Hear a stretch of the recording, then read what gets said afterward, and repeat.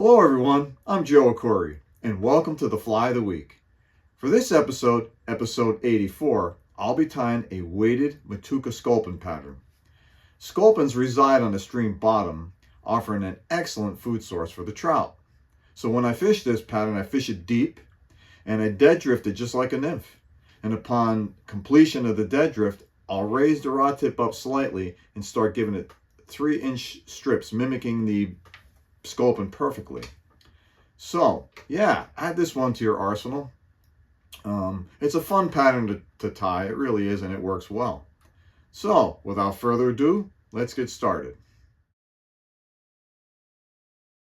All right guys, here we go. The weighted Matuka Sculpin pattern.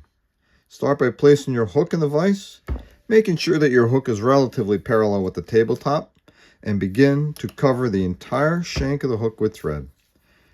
Now give it a good coating because we're going to put a lot of lead on this and get it down deep. We're going to weight the heck out of it.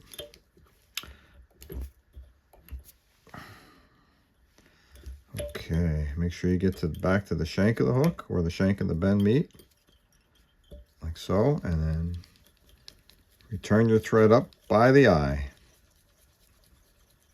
Okay, that's pretty good. So now, the hook I'm using is a 79580 Mustad streamer hook, streamer nymph hook, and the thread of choice today is Unithread size 6/0 and a tan. I'm going to start by placing this 0.025 lead wire on my side of the shank of the hook and wrap back to about the 90% of the shank of the hook, and I'm going to helicopter that off, which will give me a nice smooth transition as opposed to cutting it off, which will give me a sharp edge. I'm going to return that thread back up, and I'm going to repeat the process on your side. Secure that nice, like I said, about 90% of the hook shank. We're not quite all the way back. And when I get to that sweet spot, I'm going to helicopter that off. But make sure you really, as you can see, I'm torquing down on this thread. Now, so far we have something that looks like that. A strip of lead on each side of the shank of the hook, 90% of the shank. So now I'm going to place another piece on top. And I'm going to go back about 75%. And then twisting it off. And repeat the process. Once you return your thread back up,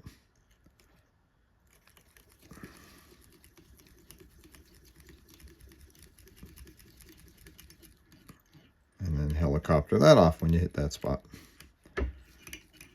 Okay. And now return your thread back up and place one on top. Not only am I building my weighted body, but I'm also kind of sculpting this sculpin to give it the shape that I'm looking for. This is going to be almost 100% of the hook shank, this final piece. There we go. Got a little bit of thread built up there. I'm going to remove. Okay. Make sure that's good and secure. And then return your thread to the back of the shank of the hook. So there you go. We have all of the lead put on, and now we are going to attach a piece of fine copper wire. So we're going to attach that to the side. It could be my side. And we're going to tie that right back to where the shank and the bend meet. And I'm going to place the remainder in my material clip. So, in review, we have our hook, our streamer hook, a 79580 streamer hook, and we put multiple strips of lead on each side of the shank of the hook, and then on top of the sides, and one in the middle. And it's all 0.025 diameter. And then we attached a piece of fine copper wire to the back of the shank of the hook, and now we're going to build a body. The body is a little bit lighter shade of like a tannish, light tan color that I just blended up. It mimics the belly of the sculpin pretty good. I'm going to just dub a nice body, 75% of the shank up. I'm going to form a noodle. And this is going to take a little bit of steps, but we're going to, do one at a time. Just takes time building up this bait fish. Okay. So just take your time.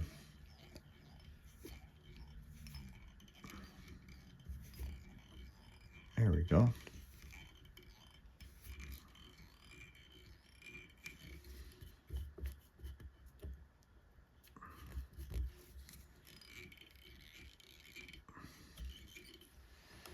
Okay, you're going to build this up 75% of the hook shank. And just form your noodle. Like so. And then just continue building that body. There'll be a slight taper, thicker as you go forward.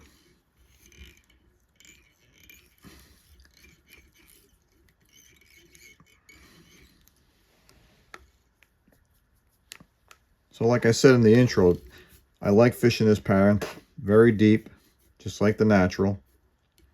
And I dead drift it just like a nymph. And I catch fish on the dead drift, and I also catch fish while stripping it back.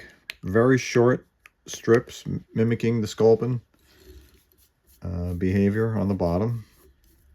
And trout seem to like this fly. I mean, they're available most of the time, so yeah, it's a good food source for the trout. And I like to stick with sizes 4s, 6s, and 8s. Okay, I'm almost there, guys. One last coating, this should do it. I'm trying to build a decent taper, and it's looking pretty good. A little bit more.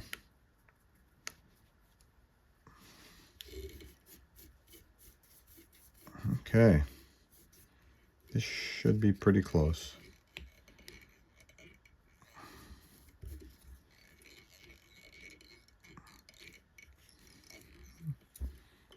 And maybe a little bit more. I caught some of my biggest fish on this fly, on this streamer, this bait fish pattern. Okay, that's it. That looks really good. So now we have our body formed, and we're going to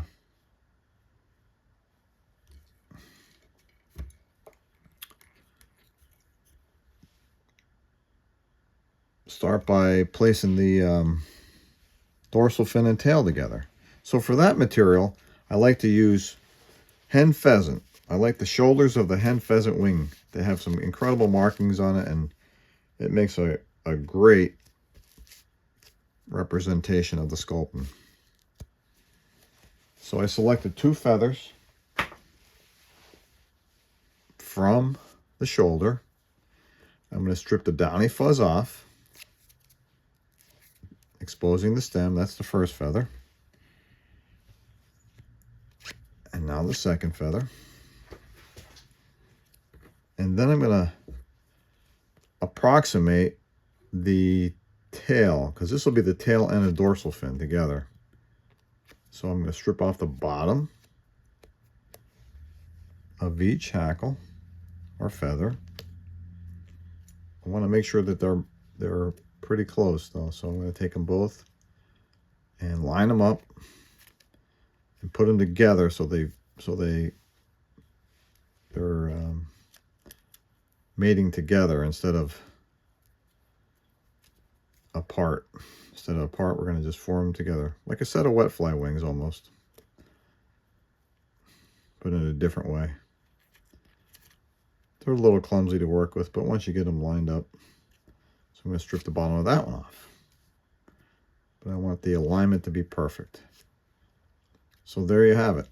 That looks pretty good. So this is going to lay on top just like so. And you're going to have your tail and your dorsal fin. Pretty cool.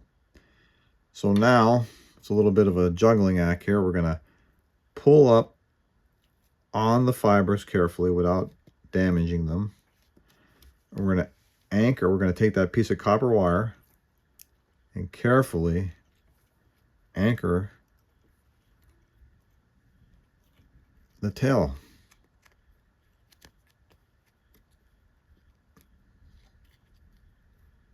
Like so.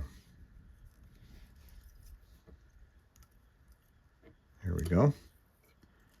Once that's anchored with one wrap, we're going to separate these fibers again. Probably better to use your scissors. We're just going to work forward. Keeping that feather right on top and centered. Carefully separate these fibers moving forward.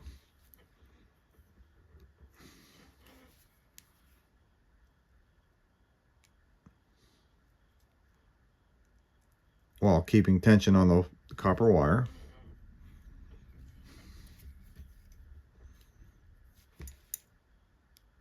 Could be a little tricky. But once you get started, you kind of fly through it. There's our second wrap. Looking good. And just progressively move up the shank of the hook while keeping that feather centered. And there you go. It's looking really good now.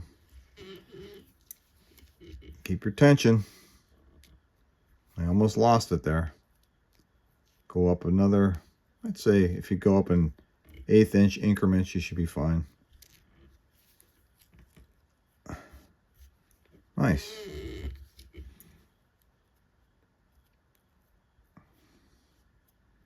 It's a little tricky in the beginning, but the effect is amazing. As you could see, it's starting to really take shape now. Looks good. And I think this will be the last wrap.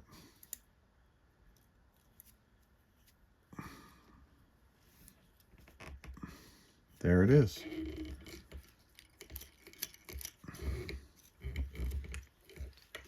So it's the copper wire that's holding this tail / dorsal fin in place. So once you get it to where you want it, make sure you secure the copper wire. I'm going to bend that off or helicopter that off. And let's see what we got. Looks great. Really does. Clip off your excess and just tie down. Yeah, it looks really good. Excellent. So, in review, we have our body, which was a creamy Tanish fur to imitate the belly of the sculpin. We put in our tail, which was also part of the dorsal fin. It's all integrated together, which gives it a nice look. And now for the pectoral fins. So the pectoral fins are just smaller hen pheasant feathers, which are taken off the shoulder of the bird as well. They're just the smaller feathers, like on top here. You can see them, the smaller feathers. I just plucked 2 that I like, and it gives it a nice effect for sure. So what I'm going to do to get the dorsal or the pectoral fins is carefully strip off the downy fuzz, and I'm going to size it up a little bit. These might be a little bit big, but I think we're going to be good. I'm going to take that one closest to you. I'm going to anchor that to the side so that it protrudes out like a fin. They could be a little tricky to put on. There we go. There's one.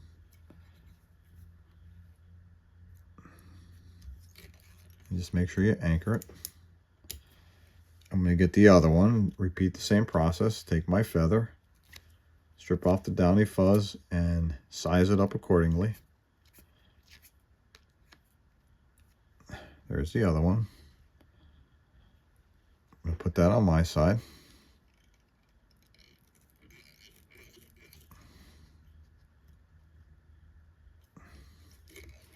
Tie that in nice and tight. Good. So there's our pectoral fins. I think it's looking really good. So now for the head. I'm going to cover the entire shank of the hook and close to the eye here and prepare for the head. Now the head is made from my Compara done deer hair. What I'm going to do is collar the fly first and then form the head. So the collar is made out of this medium shade of my Compara done hair. And I'm going to take a good amount of it, probably like a full gap's worth, and I'm going to stack it. So I'm going to clip some off the hide.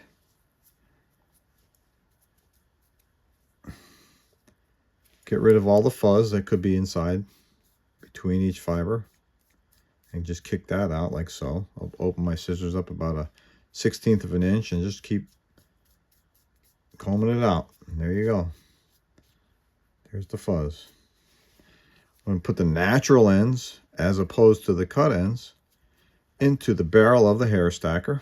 Natural ends go first. Tap them in there and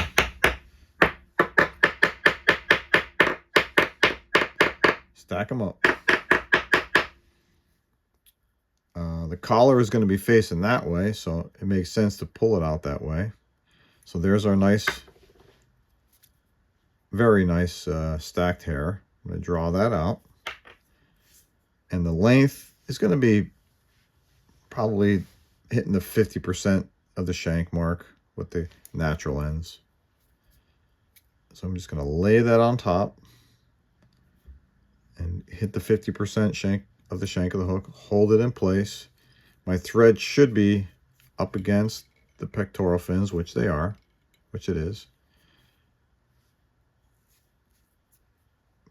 Put that back where we had it at the 50% mark. Hold on to it. Torque down on your thread.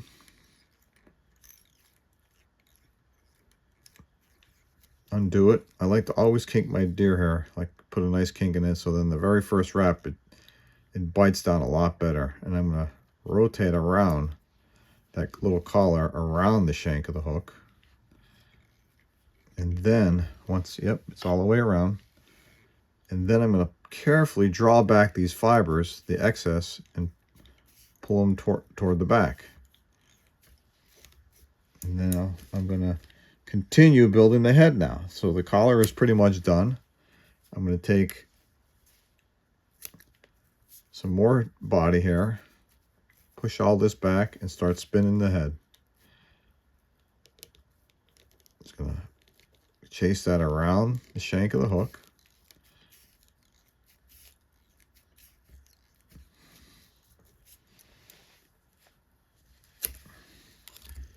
And repeat the process a couple times. I clip off the natural ends, push this back, the previous bunch, lean the new bunch right up against the previous bunch,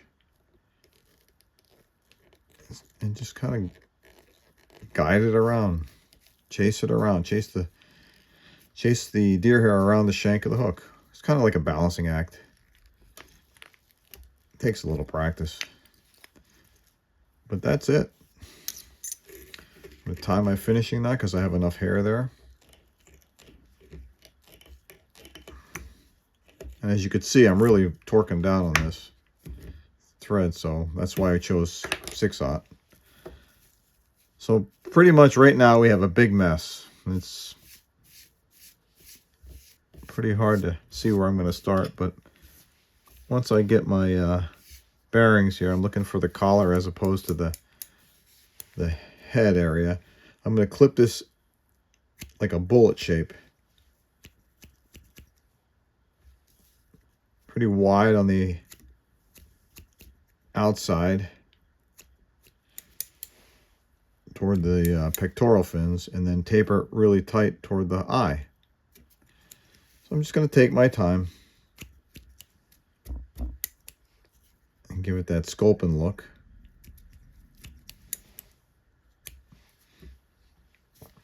It looks pretty ugly now, but we'll make sure it looks like a masterpiece when we're done. Get to the bottom, cut that clean.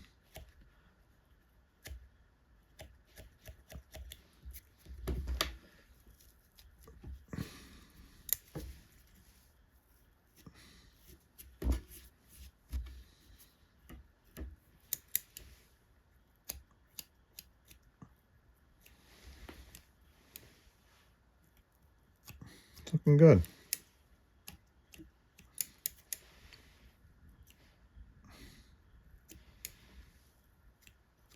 It's an involved fly. It takes time to tie this, but it's well worth the effort. I love fishing this pattern.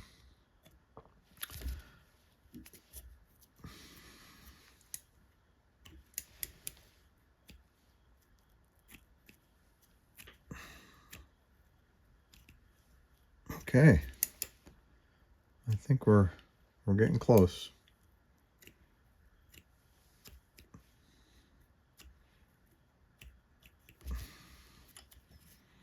Let me check out the pectoral fins here.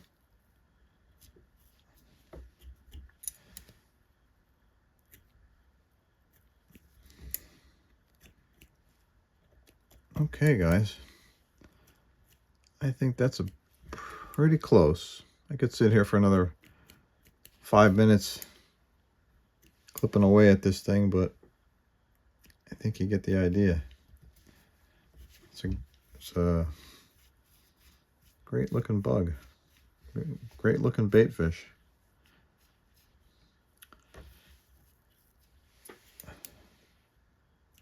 Let me just clip this just a little bit closer.